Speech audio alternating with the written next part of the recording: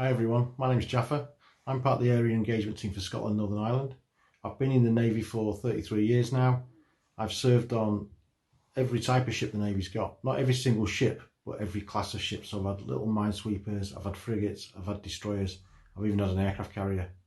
Travelled around the world. I've been really lucky. I've been to over 75 countries. The only area of the world that I've not really travelled to, I've never been to Australia or New Zealand.